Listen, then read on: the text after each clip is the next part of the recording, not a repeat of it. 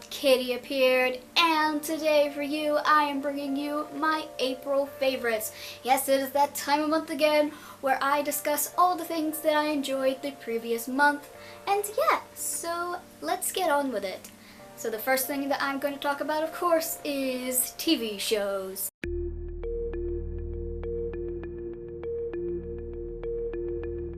Okay. So the TV show that I really enjoyed this month was Alexa and Katie. Yes, I know that my name is in that title, but that is not the reason why I love the show. I'm not that vain. Basically, I love this show. Basically what it's about these two best friends, Alexa and Katie. From what I remember, Alexa does have cancer, but she's getting treatment and she's getting a lot better, and it's basically showing the trials of what happens when you go through that sort of thing. Even though it is a sitcom, it has its light moments, has a good few jokes, but it also has one of those, when it gets serious, you feel it, and you can just feel it in the feels, and there's just so many amazing, cute, and sweet scenes in this show, so I'd highly recommend it. And also, what Alexa's best friend Katie ends up doing for her is one of the sweetest things ever. I'm not gonna spoil it for you if you obviously haven't seen the show, but honestly, it is amazing, and just the chemistry between the best friends are just really well done. The actresses who play them do a fantastic job. All the other actors do another phenomenal job with what they've got, because again, the writing is amazing, and obviously it hits you right in the feels, and also you can have still a good little laugh. So yeah, I'd highly recommend Alexa and Katie.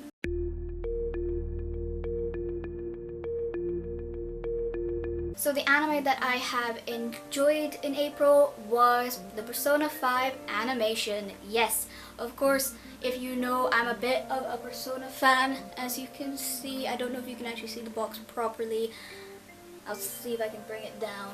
I basically have this collection. So obviously I'm a Persona 5 fan. So of course, I had to check out the animation. Now basically the animation follows through the game storyline. There's not really anything different, well, that I've seen from it. I think there's a few slight changes, but not too much when it comes to it. So if you played the game, you know exactly where it's gonna go, but if you haven't, it's still quite a good journey. So basically, if you have never seen Persona 5 in your life and you want to know what it's about, basically Persona 5 is about a guy who basically gets arrested and is put under probation because of something that he didn't do, but you find out a little later on what happened. So basically he has to move into a new town, go to a new school, where basically everyone treats him like a criminal because they've seen his criminal record, so they think the worst of him, of course. But then mysterious forces are happening where you can basically find out that you can change the heart of people. So him and his friends turn into the Phantom Thieves and basically steal hearts to change someone's heart and make them confess all their crimes. It is a very interesting concept. As gameplay wise, it is really good. As an anime standpoint, I think, again, they haven't really gotten too deep into it, but it's still pretty good. So yeah, I highly recommend Persona 5, the animation. But I do say, if you haven't played Persona 5, I'd highly recommend getting the game and playing it for yourself. Unless you're someone who's not that big of a gamer, but you're more into anime, then I say yeah, of course, go watch the animation. But if you're a gamer, I highly recommend playing the game first. But yes, anyways, on to the next thing. And the next thing I'm going to talk to you guys is about a book. And yes, the book that I was enjoying in April was Undercover Princess by Connie Glenn. Now I will admit that I didn't properly get into it until the end of April, but I'm still going to count it because I absolutely adore this book. So yeah, so I got this a while back but hadn't had a chance to pick it up. But it is a really good, so far from what I've read, I really enjoy the characters. I like the setting where everything's going. I have a feeling I know what's gonna happen, but who knows? Maybe there will be a loop. Maybe I'll mention it later in a later video once I finish the book. But yeah, so basically this is the Rosewood Chronicles. From what I hear, this will be a series of books. Apparently Connie is writing the second one at the moment, or editing it. I'm not too sure where she is in the process, but she's working on it. But yeah, I know Connie Glenn from a YouTube channel that I've been following for years, which is Nudorella, and she's finally, so it is a YouTuber like book. Basically this book is about two girls who go to this school called Rosewood, which is basically a very elite school where a lot of royals go to, a lot of very powerful people go to, and if you're very, very lucky and work really hard, you can get into the school. So basically we have the two main girls, Ellie Woods and Lottie Pumpkin. You basically follow Lottie's perspective, even though it's in third person. It's kind of like, sort of like the Harry Potter way, how, you know, it wasn't third person, but you basically just followed Harry throughout it all. You didn't get to see any of the other characters, so at the moment we're following Lottie. I'm not too sure if we're going to follow anybody else, but yeah, so basically there is a rumor going around in school about an undercover princess. But a lot of people think that it's Lottie, but that's not true because Lottie is just a normal girl who got really lucky and got into the school by working really hard, but of course nobody believes her. So all shenanigans ensue. But yeah, so far it is an interesting read, so I'd highly, highly recommend picking up this book. Alright, so on to the next thing. Okay, so next things up is video games, and this time the video game is Ni no Kuni 2 Revenant Kingdom. So yeah, I really, really loved the first game. Like, I love the characters, the setting and everything. So basically this game, you don't follow the original characters, you follow a new set of characters, but it's kind of in the same world. So I think years and years have gone past what happened in the events of the first game. I'm not too sure if that is the case or if it's like a different universe. I'm not too sure. All I know is that it is set kind of in the same kind of kingdom area. So there's a lot, if you played Ni no Kuni 1, you're gonna recognize a lot of places. Basically this game is about a young king called Evan who recently became king of his own kingdom when his father died, but then a few other stuff happens and he gets dethroned, but then he meets this guy from a completely different world who is from our world called Roland. They team up together and they run away from the kingdom, and then basically Evan decides to make his own kingdom again, so he's going, like, building his kingdom from scratch, and then he meets, of course he meets a lot of interesting characters along the way. So yeah, this game is quite, I would have to say it is quite different from how the first game was. There's a lot of different elements in the game that wasn't obviously in the first game. You actually get to sort of like kind of build your own kingdom, and like you get to get more people in and have a buildings, level up your kingdom, kind of like that way. But unfortunately you cannot name the kingdom, but oh well. But yeah. And then there's other mechanics that weren't in the previous game, but I'm not going to spoil them for you. But yeah, I highly, highly recommend this game. You don't need to play the first Ni no Kuni game to understand what's going on. Yes, I will say there is a bit of an Easter egg from the first game, but you don't have to really understand it if you haven't played the first game. So yeah, if you want to just check out the second game for yourself, that's fine. You don't need to know anything about the previous game, even though I highly recommend playing the first game because the first game is also really fun. So yeah, yes, there is Ni no Kuni 2 Revenant Kingdom. So yeah, there it is.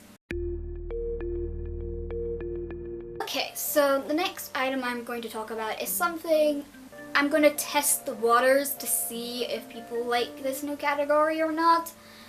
So I don't know if I'm always going to do this category or just gonna leave it out the way. But basically this category, I'm basically gonna put it down as beauty because I don't know what else to call it. Basically it is just my excuse to talk about Lush products because why not? Because I love Lush. And I think this is the only video I can say is redeemable to talk about Lush without getting too much changing my channel. I mean, unless anyone is interested in what I think Lance's favourite Lush products are, because I do have a headcanon where I think Lance from Voltron Legendary Defender really likes his Lush products. If anyone's interested in that, I'd happily make that video, but if not, that's fine. I'll just keep like Lush products in these kind of videos. But yes, anyways, let's get on with it. So yes, of course, it is a Lush product. Basically, in this kind of category, it will be 95% of the time Lush products.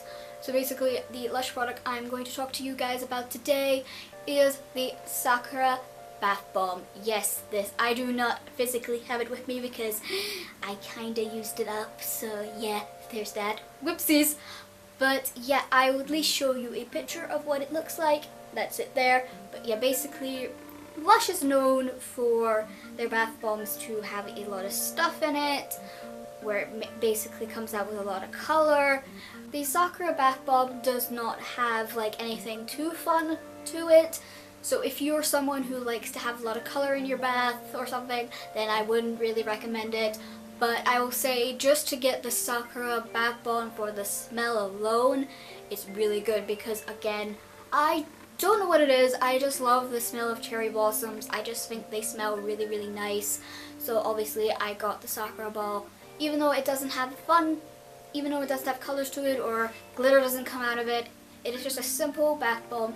It smells really, really nice, and I highly recommend it because, again, it just, like, after you come out the bath, you smell amazing. So yeah, I'd highly recommend the Sakura bath bomb. So yes, on to the next thing. Okay, so the next thing that we are going to talk about is YouTubers. Yes, we're at that time again where I talk about either small, medium, or big YouTubers, just any YouTuber that I've been enjoying this month. I'm watching their videos a lot back in April, and that is Ordinary Dreamer. Yes, Ordinary Dreamer. She basically is another, well, she does other videos as well, but her main point is Voltron stuff. So if you really like your Voltron stuff, I highly, highly recommend her. She does stuff like just talking about random subjects with Voltron, talking about the new seasons that came up. She also is an artist, so she has done some speed drawings of obviously some Voltron stuff. She's also done drawings for other fandoms, like I know she's big in the Percy Jackson series, so if you're into that, highly recommend that. And just other fandoms that she's in, because again, she's fandom trash, she is Voltron trash. If you like me when I'm doing the whole Voltron trash thing, you will really like Ordinary Dreamer. Again, I will put her links down below in the description so you can check her out. But anyways, yes, that is my favorite YouTuber of April. Anyways, next thing. Okay, so the last thing I'm going to talk about is the artist that I joined in April, and that is Guppyarts.